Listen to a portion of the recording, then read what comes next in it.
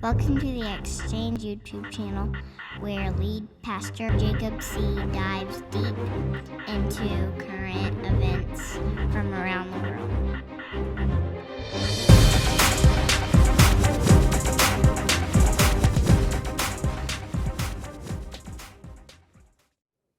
Hey y'all, Jacob C. here. Today we're going to be talking about the issue of transgenderism in the United States. A few weeks ago, Bruce Jenner released a magazine cover announcing himself to the world as an individual now known as Caitlyn Jenner. This, of course, sparked a great media surge, a lot of people talking about these sorts of issues, and they are important issues that we do need to discuss. Today, what I hope to do is just, again, tie this issue to the gospel itself, the idea that Jesus Christ died and rose again. How does that truth affect transgenderism in the United States? The first thing I think we have to bring up is the fact that these are people, these are human beings who are created in the image of God. And we need to remember that, and as Christian people, we need to champion that. We believe that all people are created in the image of God, and therefore they are worthy of a certain amount of dignity and respect and even honor, regardless of how they may be acting out against the Creator. We all do that to some degree, and that's the second thing I think we need to remember, is that not only are we all human beings created in the image of God, but we are also all fallen human beings, and we all experience the corruption of that fall. In some form or fashion, all of us struggle with our identities, all of us struggle knowing who we are and finding our place in the universe. And I do believe that that is at the heart of this issue. That at the heart of this issue is an issue of identity, trying to discover where we fit in the universe. We all struggle with that to some degree. And the way that that expresses itself really is not as relevant as the fact that deep down in our souls, as human beings, we have lost our place in the universe. Our world is a world that has taken God out of the cultural equation.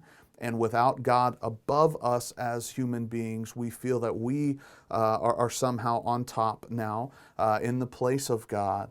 But with that responsibility, we crumble underneath the weight of all that entails, and we're scrambling, trying to find our place in the world. Without God to orient us as human beings, I believe that we are floating adrift. And the issue of transgender in the United States is just one aspect of how the loss of identity is coming out into the world. And I think that we need to understand that it is at its heart a disruption of where our identity is, and we're trying to recover and discover our identity as human beings. And that is all that this transgender movement is ultimately, I think, trying to reach out and discover this for themselves. And there are very real struggles that they have, very difficult things that they're having to think through and work through that our society is just now beginning to consider.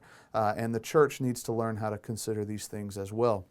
With that being said, I think that it's helpful to sort of put what's going on here into certain categories that will help us see how this identity issue really comes out. The first thing to think about is that what is happening here at its base is human beings, mankind, who have lost their identity, trying to regain their identity through purely human means.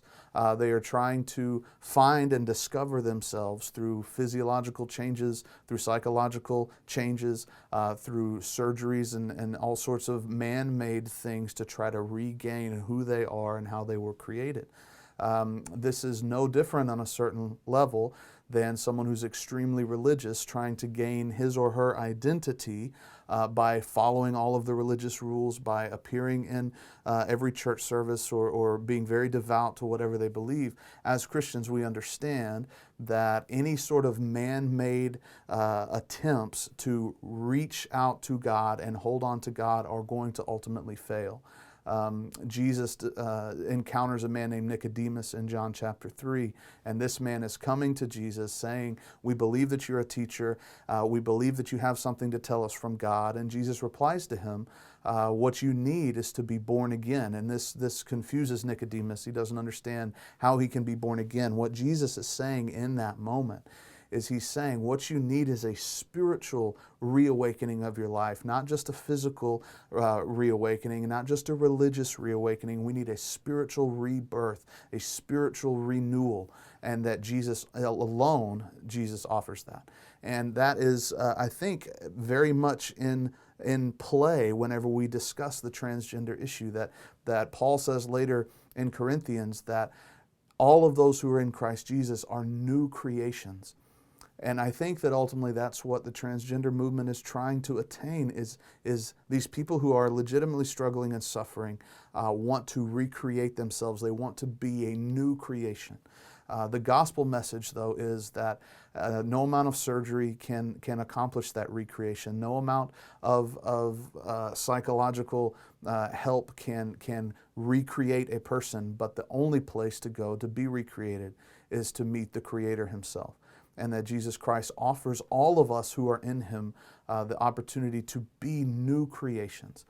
I think that the understanding that Jesus Christ died and rose again to make us something new is exactly the sort of good news that needs to come into this conversation from a place of compassion, from a place of honesty, that we do not need to be angry or fearful of people who are struggling in this way, or even people who have given themselves to this lifestyle. There's no need to fear. There's no need to be angry, but there is also no need to shy away or to pretend that we don't have an answer to these sorts of questions, because the gospel does answer these sort of questions.